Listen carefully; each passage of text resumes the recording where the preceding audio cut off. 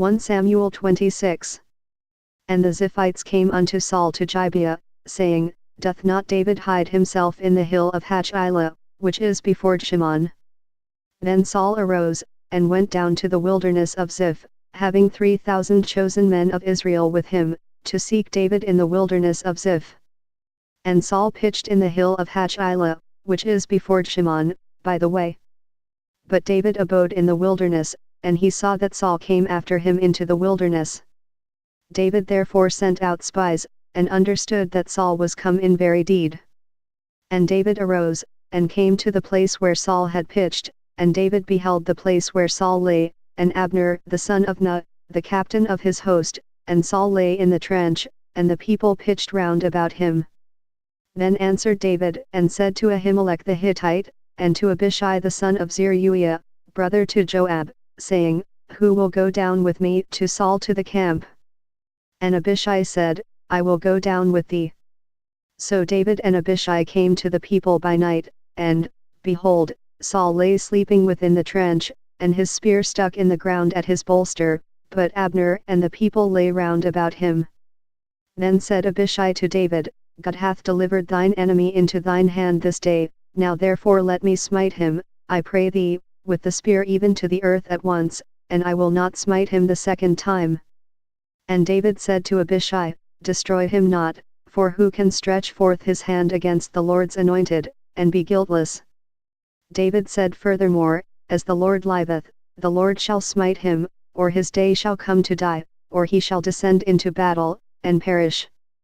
The Lord forbid that I should stretch forth mine hand against the Lord's anointed, but, I pray thee, take thou now the spear that is at his bolster, and the cruse of water, and let us go.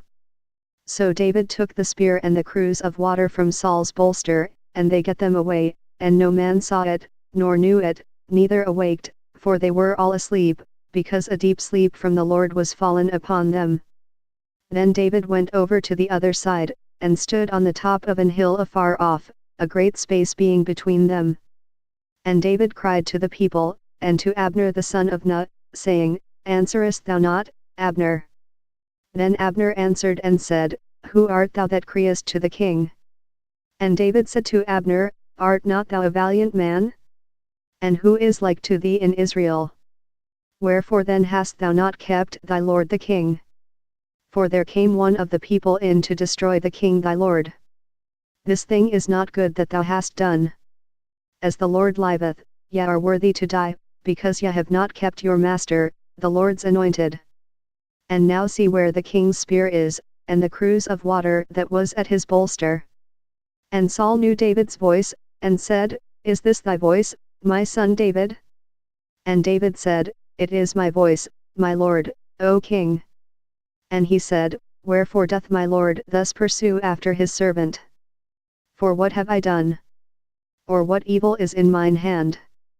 Now therefore, I pray thee, let my lord the king hear the words of his servant.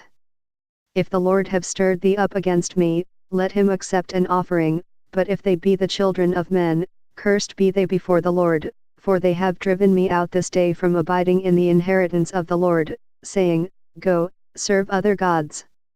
Now therefore, let not my blood fall to the earth before the face of the Lord, for the king of Israel is come out to seek a flea, as when one doth hunt a partridge in the mountains. Then said Saul, I have sinned, return, my son David, for I will no more do thee harm, because my soul was precious in thine eyes this day, behold, I have played the fool, and have erred exceedingly. And David answered and said, Behold the king's spear.